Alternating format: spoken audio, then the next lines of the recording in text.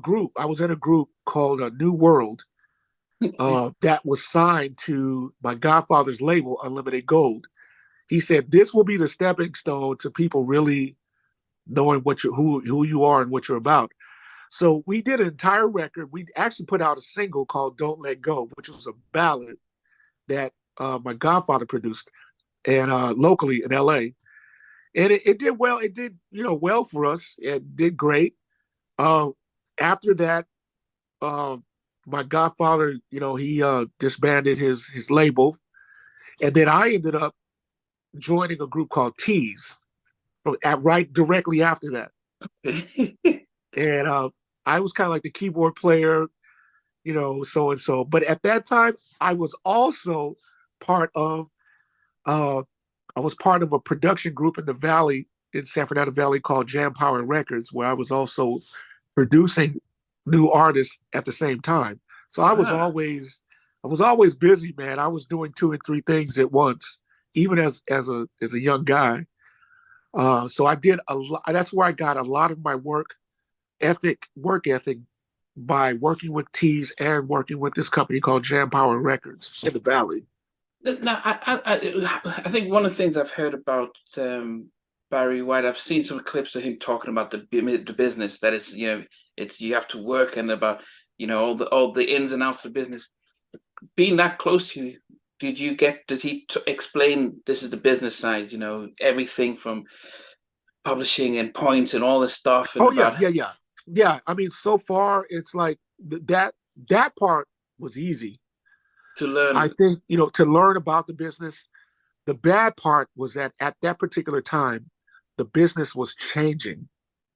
It Wow. was changing. It was going. Everything was going digital.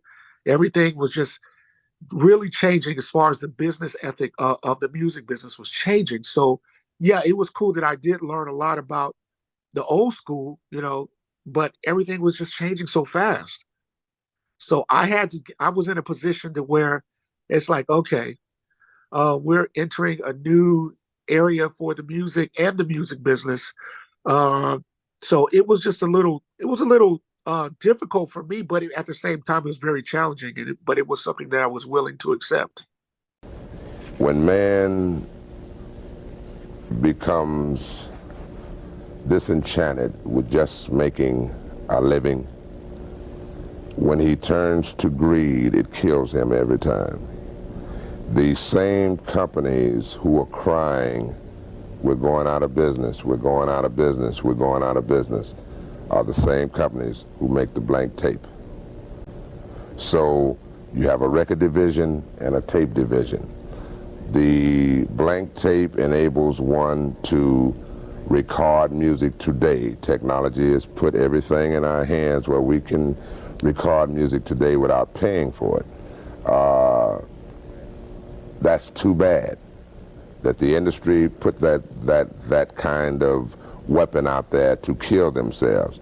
I cannot expect for a person, regardless of what color he is or who he How hard was it his passing on you? Man, I just recently uh, taped a show for Unsung Oh, recently, and it's going to be coming out pretty soon. I would say hopefully within the next month or so. But they asked me that, the guy Isaac, had asked me that how hard, and then we had to stop for a minute because it took me back to when it really happened, and it was very hard for me to the point to where I didn't really let anybody know how much it really affected me. But I was out. I was taking. It took me out for almost like 2 years. wow. Yeah, I was really hurt, man. Like very, very hurt. Like it took me out. A lot of people didn't know it. I was low key mental breakdown, man. Because that was my guy. That was my guy. Well, So it was really hard on me. what did you do? Because I mean, how did you get yourself? Because as Black people, one of the things we don't do is talk, especially Black Yeah, men. I Uh, know. how did you just think I'll just keep it to myself and just I did. I just kept it to myself. When in reality, maybe I should have got some help to deal with it, but I didn't because I felt I was strong enough to deal with it. And I felt like I did. But now that I look back at it, I was like, maybe I should have talked to somebody, because that was like very difficult for me. Still difficult, but I managed. Yeah. But he was such a great, just a great figure for me, as a person. And the things, all the conversations that we've had outside of music, the knowledge that he had about the business, the knowledge that he has about astrology and life, and just you have no idea what he possessed, and the power that he had. And he instilled a lot of that within me. And it just made me a different person, Wow. The music was actually the small part of it, to be honest with you. Yeah. But about life, about people, and about life existence, energy, those things is what he really got me over on. In 1975, I was the only artist in the industry that begged the industry not to raise the prices. I begged 20th Century Records, don't raise my record prices. Number one, Jay, music is a free commodity. You're not supposed to have to pay for it. That's the first rule. Since you have to pay for it, it must be regulated. It must be handled with care, because the record business is a very lucrative business. It's the only business where a man can go to sleep tonight poor and wake up tomorrow a rich man. So when you have an industry like that, everyone must beware of the temptations, of the traps that's waiting for you.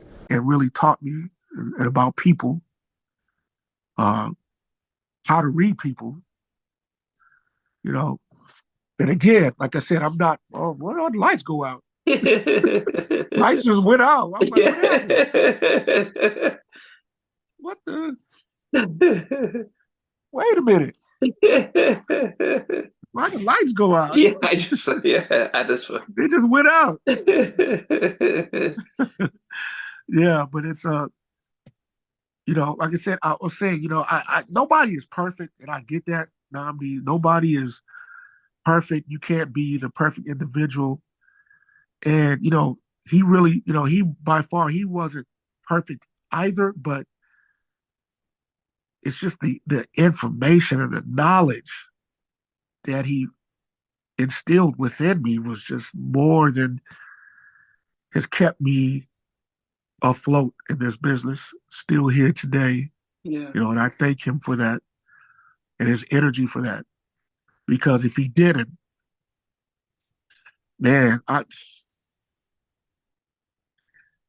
knowing the way I was back then, I probably would have flown in New York and just want to beat somebody up, or something stupid like that. You know what I'm saying? Just because I didn't get my way, so now I'm gonna force my will to be. So hey, man, you didn't do what you said you was gonna do, or you did.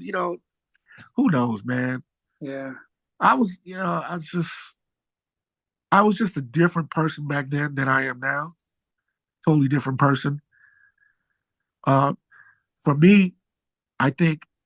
For me, it was all about the music back then. Just music only. But now I look at it as it's all about the people and the music. Greed is a funny thing.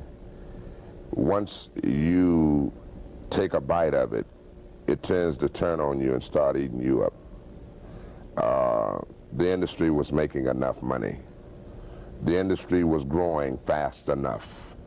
The industry was progressing enough without getting that greedy, that hoggish, becoming that bullish on money. It's a problem in America. Same thing happened to disco. It started out as an art form for the public, and everybody saw it as quick money. Naturally, we're a capitalistic country. Everybody jumped on it, And before you knew it, it was over.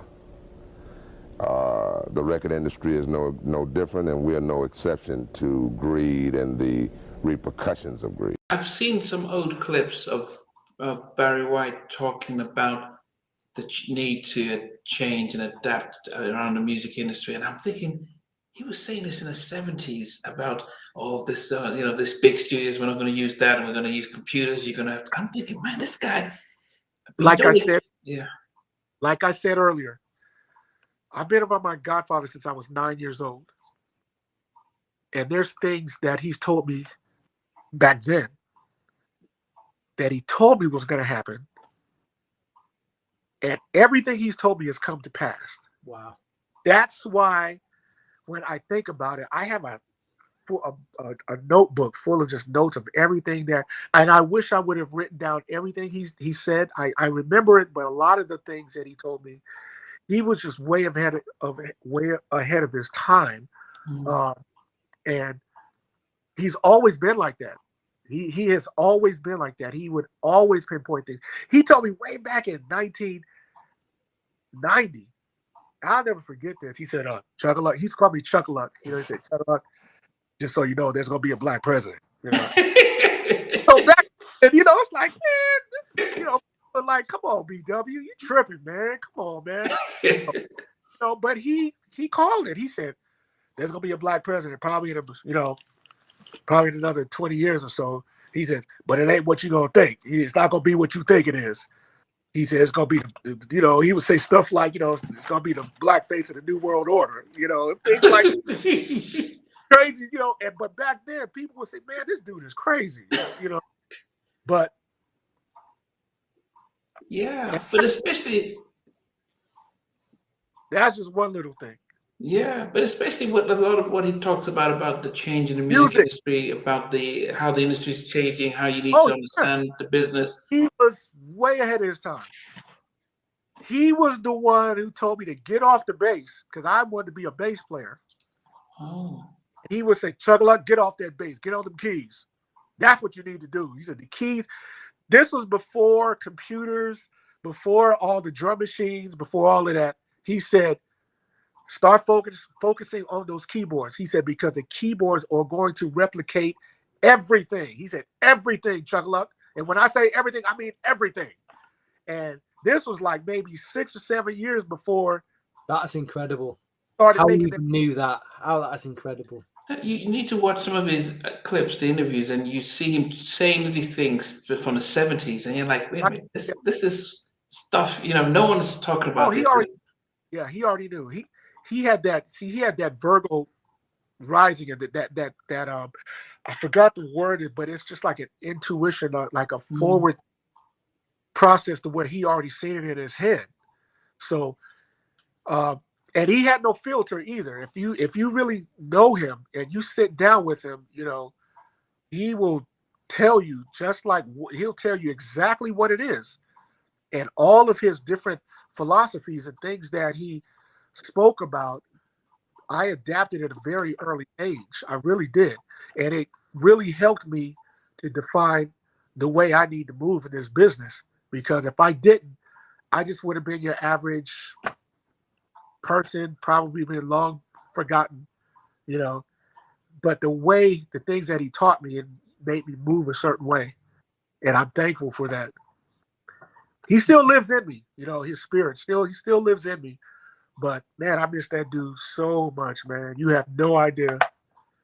So I pay attention now more to what people's energy and what their waves are when they're around me. I zone in on that more than anything. And that to me is more important, than the music, because the music is spiritual. Yeah. The music business is not.